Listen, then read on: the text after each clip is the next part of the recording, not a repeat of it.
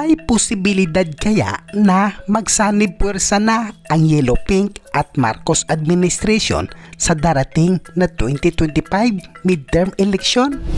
Una nang ipinahayag ni Vice President Sara Duterte na tatakbo bilang senador sina dating Pangulong Rodrigo Roa Duterte, Davao City 1st District Congressman Paulo Duterte at Davao City Mayor Sebastian Duterte. Tatlong Duterte sa Senado.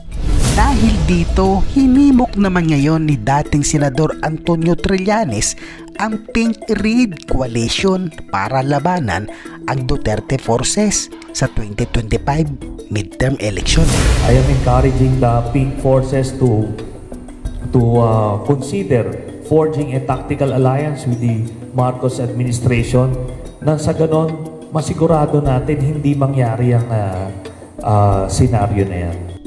At kung sakali mang matuloy ang Red-Pink Coalition, sino ang magiging oposisyon?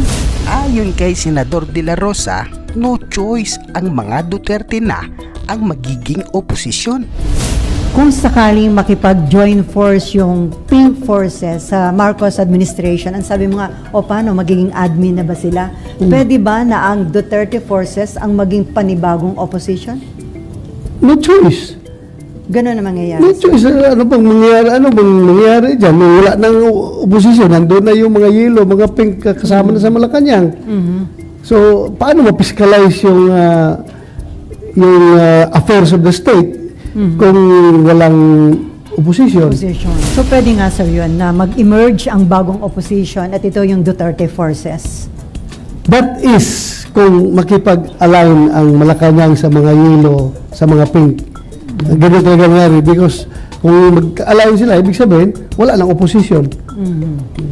At kung papipiliin si Senador Bato de la Rosa, kung mag-uoposisyon din siya, depende di umano ito kay dating Pangulong Duterte at sasamahan niya ito. So paano yun? Kayo ngayon nasa admin sa Senate, pwedeng...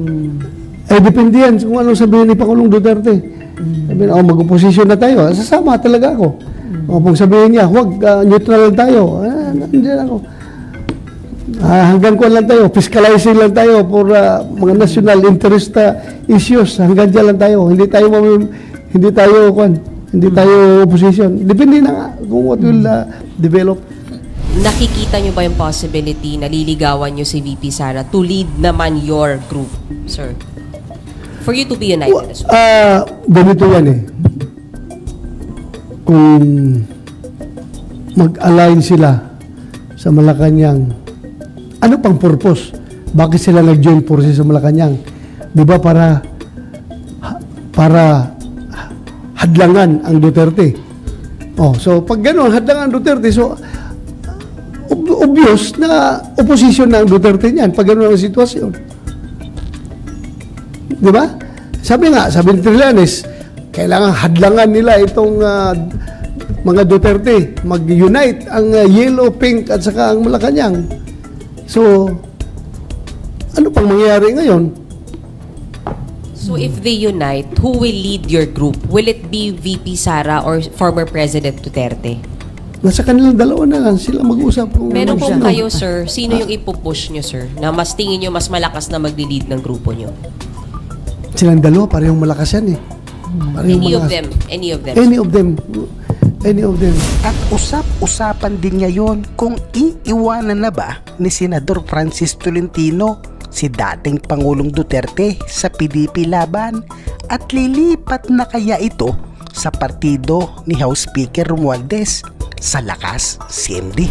So hindi na si Majority Leader Tolentino, sir.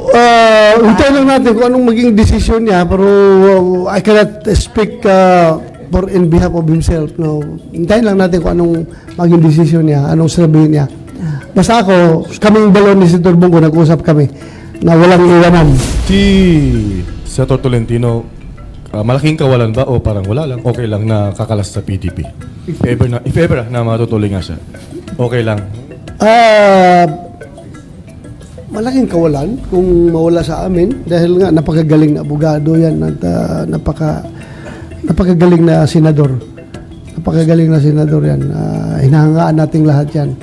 matalino, magaling. Bakit nyo nabanggit na maaaring tumalon sa ibang partido si Senator Tolentino? Nakarating na ba sa inyo na kinakausap siya ng lakas sa ngayon?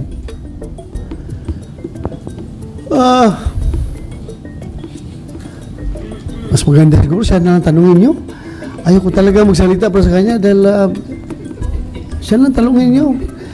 Kakaiba talaga ang politika sa Pilipinas, lalo na at papalapit na ang halalan.